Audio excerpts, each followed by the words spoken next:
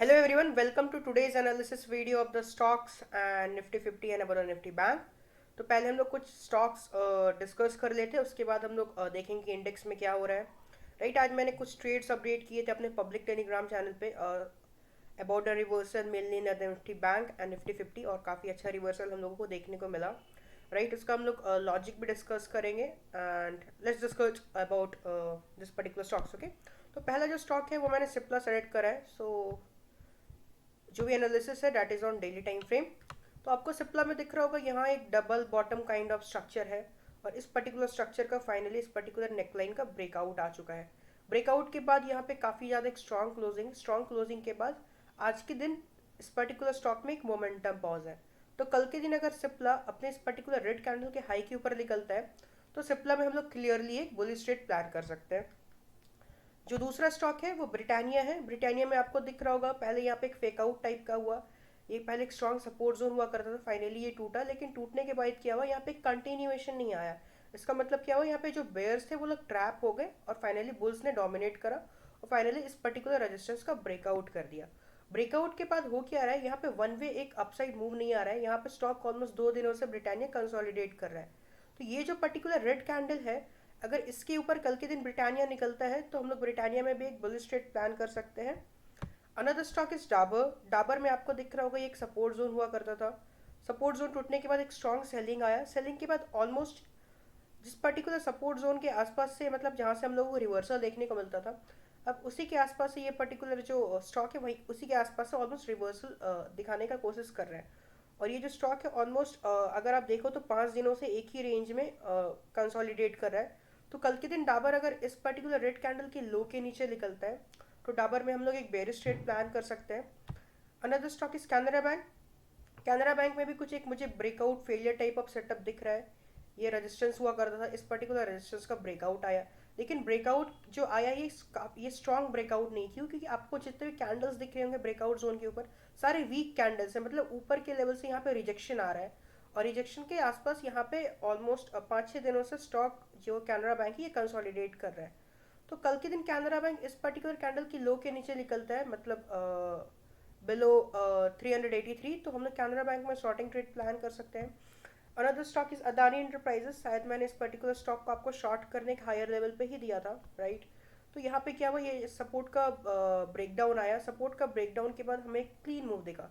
Clean move के बाद देखने को क्या मिल रहा है, यहाँ पे इस पर्टिकुलर स्टॉक में कंसोलिडेशन फेज है। और फाइनली अगर आप देखो तो स्टॉक एक pennant bearish pennant kind of pattern के अंदर ट्रेड करा, राइट। अगर मैं आपको ड्रॉ करके दिखाऊं, excuse me just a second, या तो ये आपका एक पैटर्न हो गया, ये एक berries pennant kind of pattern है, या आप उसे पोलन फ्लैग भी बोल सकते हो, but this looks like a valid like a पेनेट पेनेट pattern.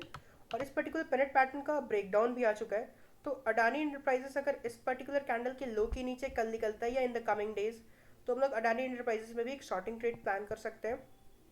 Another stock is Coal India. Coal India में काफ़ी ज़्यादा एक स्ट्रॉन्ग अप मूव दिख रही है। पर्टिकुलर स्टॉक ऑलमोस्ट 230 के लेवल से आज ये अबव 320 के ऊपर ऑलमोस्ट ट्रेड कर रहा है, और राइट। और इस पर्टिकुलर स्टॉक में काफ़ी ज़्यादा एक बुलिश मूव देखने को मिल रहा है, मतलब इसमें वन वे अपसाइड मोमेंटम है विद प्रॉपर रिट्रेसमेंट और पुल बैक, राइट। तो यहाँ पे हम लोगों को दिख रहा होगा 320 का जोन हुआ करता था, ये एक हर्डल हुआ करता था, जिसको जो कि कोल इंडिया ने आज के दिन क्लियर कर दिया, और काफ़ी ज़्यादा एक स्ट्रॉन्ग बुलिश क्लोजिंग है इस पर्टिकुलर स्टॉक में। तो कोल इंडिया अगर इस पर्टिकुलर कैंडल के हाई के ऊपर कल निकलता है तो हम लोग कोल इंडिया में एक बुलिश ट्रेड प्लान कर सकते हैं। Another stock is Bajaj finance. Bajaj finance में दिख रहा होगा एक स्ट्रॉन्ग नीचे की साइड मूव आया। मूव के बाद स्टॉक ऑलमोस्ट 7-8 दिनों से एक ही रेंज में ट्रेड कर रहा है, कंसोलिडेशन फेज में है, लेकिन आज का क्लोजिंग देख के लग रहा है कि काफ़ी ज़्यादा बेरिश क्लोजिंग है।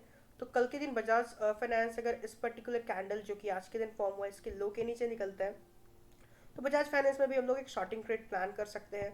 Another stock is Tata communication. इसमें भी आपको दिख रहा होगा एक स्ट्रॉन्ग डाउन मूव है। डाउन मूव के बाद अगर आप यहाँ पे अगर टॉप से लेके बॉटम तक अगर आप फिबोनाची यहाँ पे लगाओगे तो ऑलमोस्ट मुझे लग रहा है ये जो रिजेक्शन आ रहा है ये ऑलमोस्ट 50% लेवल के आसपास से आ रहा है। और रिजेक्शन आ कैसे रहा that is more important. Almost 50% level के आसपास से रिट्रेसमेंट के बाद यहाँ पे कंसोलिडेशन हो रहा है, और फाइनली अगर कल के दिन इस पर्टिकुलर कंसोलिडेशन का ब्रेकडाउन आ जाता है, मतलब ये जो पर्टिकुलर रेड कैंडल आज के दिन फॉर्म हुआ है इसके लो के नीचे अगर कल निकलता है ये पर्टिकुलर स्टॉक, तो टाटा कम्युनिकेशन में भी हम लोगों को एक अच्छा मूव देखने को मिल सकता है नीचे के साइड, राइट। तो हम लोग थोड़ा सा निफ्टी 50 और निफ्टी बैंक को भी डिस्कस कर लेते हैं। तो निफ्टी बैंक का जो ये मैंने चार्ट है, मैंने आपको आज मॉर्निंग में ही अपडेट किया था, जब निफ्टी ऑलमोस्ट हाइज के आसपास, डे हाइज के आसपास ट्रेड करा था। उसी समय मैंने आपको बताया कि ये जो पर्टिकुलर ब्रेकआउट है, क्योंकि ये रेजिस्टेंस है, ये ब्रेकआउट फेल हो सकता है, क्योंकि इसमें एक वेज काइंड ऑफ पैटर्न का फॉर्मेशन है और बहुत ज़्यादा चांसेस है कि ब्रेकआउट फेल हो सकता है। और वैसा हुआ भी। उसके पीछे का और भी रीज़न है, अगर आप हायर टाइम फ्रेम पे जाओगे निफ्टी बैंक में, लाइक इन 1 आवर, तो आपको दिख रहा हो ये की रेजिस्टेंस जोन है। और की रेजिस्टेंस जोन के आसपास ये जो पर्टिकुलर इंडेक्स है, ये फर्स्ट टाइम आ रहा है और वहाँ पे एक वेज पैटर्न का फॉर्मेशन हो रहा है, राइट। और वेज पैटर्न का फॉर्मेशन कब हो रहा है, ये भी ज़्यादा इंपॉर्टेंट है। एक डाउन मूव के बाद एक वेज पैटर्न का फॉर्मेशन हो रहा है, इसका मतलब ये जो ट्रेंड है, जो प्रीवियस डाउन ट्रेंड है, ये कंटिन्यू हो सकता है। अगर आप 15 मिनट टाइम फ्रेम पे जाके देखोगे, राइट, तो अगर आप यहाँ पे इंडिकेटर लगाओगे RSI, ओके, या रिलेटिव स्ट्रेंथ इंडेक्स, तो आपको दिख रहा होगा प्राइस में तो दो एक हायर हाई का फॉर्मेशन है, एक हाई बनाया फिर एक हाई बनाया, लेकिन इंडिकेटर जो है उसमें एक लोअर लो का फॉर्मेशन है, राइट। इसका मतलब प्राइस और इंडिकेटर में डाइवर्जेंस है, तो इसमें मल्टीपल मैंने कन्फ्लुएंस यूज़ करा था, तब मैंने आपको बताया कि टॉप से रिवर्सल आ सकता है, और इनफैक्ट रिवर्सल आया भी, ये पर्टिकुलर ब्रेकआउट फेल हुआ। नहीं तो कल के दिन अगर निफ्टी बैंक में मुझे कुछ इंटरेस्टिंग स्ट्रक्चर दिखता है, क्योंकि एक दिन पहले किसी भी इंडेक्स का एनालिसिस करना या स्टॉक का एनालिसिस करना और लाइव मार्केट में उसको ट्रेड करना is completely two different things. Because in the live market हम लोग प्राइस बिहेवियर पे देखते कि प्राइस बिहेव कैसे कर रहा है, right. I trade on the basis of SMC। तो अगर लाइव मार्केट में मुझे कुछ दिखता है इस पर्टिकुलर इंडेक्स में, तो मैं अपडेट करूंगा। तो so please do remember to join my Telegram channel. तो कल के दिन ऐसे मैं निफ्टी बैंक में बेरिश हूँ, ओके, साइडवेज टू बेरिश हूँ, लेकिन इन केस अगर मुझे कुछ अच्छा अपॉर्चुनिटी दिखता है, I will try to update it on the Telegram handle live in the markets. Another index is Nifty 50। Nifty 50 भी आपको दिख रहा होगा, ये एक सपोर्ट जोन, ये एक सपोर्ट जोन हुआ करता था प्रीवियसली, एंड फाइनली इस पर्टिकुलर सपोर्ट जोन का एक इम्पल्सिव मूव के साथ ब्रेक डाउन आया। मतलब ये जो पर्टिकुलर सपोर्ट जोन है, ये भी एक वैलिड रेजिस्टेंस की तरह काम कर रहा है, राइट। और यहाँ पे भी आपको दिख रहा होगा 30 मिनट टाइम फ्रेम, प्राइस तो दो हायर हाई बना रहा है फॉर्मेशन, लेकिन इंडिकेटर है वो लोअर लो बना रहा है। इसका मतलब क्या, प्राइस और इंडिकेटर में डाइवर्जेंस फॉर्म हुआ है। इंडिकेटर हमें बताने का ये कोशिश कर रहा है कि प्राइस में अब स्ट्रेंथ नहीं रहा, ये किसी भी पर्टिकुलर पॉइंट से रिवर्स कर सकता है, राइट। तो निफ्टी बैंक में भी ऑलमोस्ट एक चैनल काइंड ऑफ पैटर्न का फॉर्मेशन है, और इस पर्टिकुलर चैनल पैटर्न का फाइनली ब्रेक डाउन आ चुका है। तो निफ्टी में भी कल के दिन में साइडवेज टू बेरिश हूँ, मैं कंप्लीटली बेरिश नहीं हूँ, क्योंकि मुझे स्ट्रक्चर काफ़ी ज़्यादा प्रॉमिसिंग नहीं दिख रहा। आपको निफ्टी 50 में दिख रहा होगा ये सारे गैप्स है, राइट, जो अभी फिल होना बाकी है। This is the gap, this is again the intraday gap, this is again the intraday gap. Index में जब भी मार्केट में गैप्स क्रिएट होते हैं, तो बहुत हाई प्रोबेबिलिटी होता है कि वो पर्टिकुलर गैप फिल कर दे। तो राइट, निफ्टी 50 में भी मैं साइडवेज टू बेरिश हूँ। और अगर मुझे लाइव मार्केट में कुछ इंटरेस्टिंग स्ट्रक्चर्स दिखते हैं, या मुझे कहीं से रिवर्सल दिखता है या फेक आउट दिखता है, तो I will try to update it on my Telegram channel. So this is the analysis for tomorrow for the Nifty Bank and Nifty 50 and the other stocks. I hope this particular analysis video would be helpful. Thank you. See you in another video.